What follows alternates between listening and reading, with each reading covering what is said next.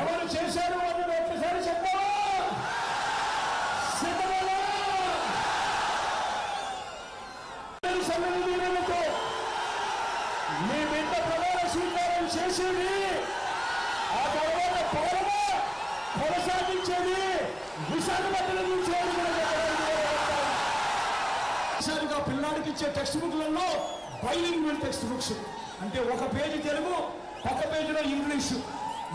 అటు మోడీ గారు ఇదే చంద్రబాబు గురించి గత ఎన్నికల ముందు ఏమన్నారో ఒక్కసారి గుర్తుకు తెచ్చుకోండి. మనందరినీ కూడా కోరుతా ఉన్నా.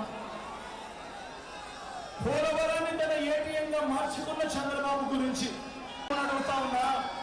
రాజకీయాలనేది ఏ స్థాయికి దిగజారిపోయాయో ఒకసారి గమనించమని అడుగుతా ఉన్నా. అంటే వారితో ఉంటే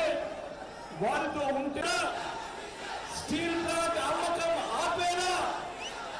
ఆ బాబు దత్తపుత్రుడుగా బీజేపీల కూటమిని ఓడించి నా తమ్ముడు అమలుకు ఓటు వేసి మొత్తం దేశానికి ఒక గట్టి మెసేజ్ ఇక్కడి నుంచి పంపించండి అని కోరుతా ఉన్నా.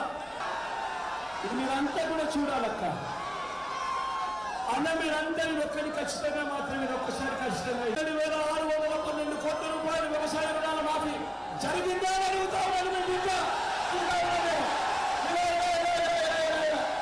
అంటే 60 నెలలు ఇంటూ నెలకు 2,000 అంటే 1,20,000 రూపాయలు.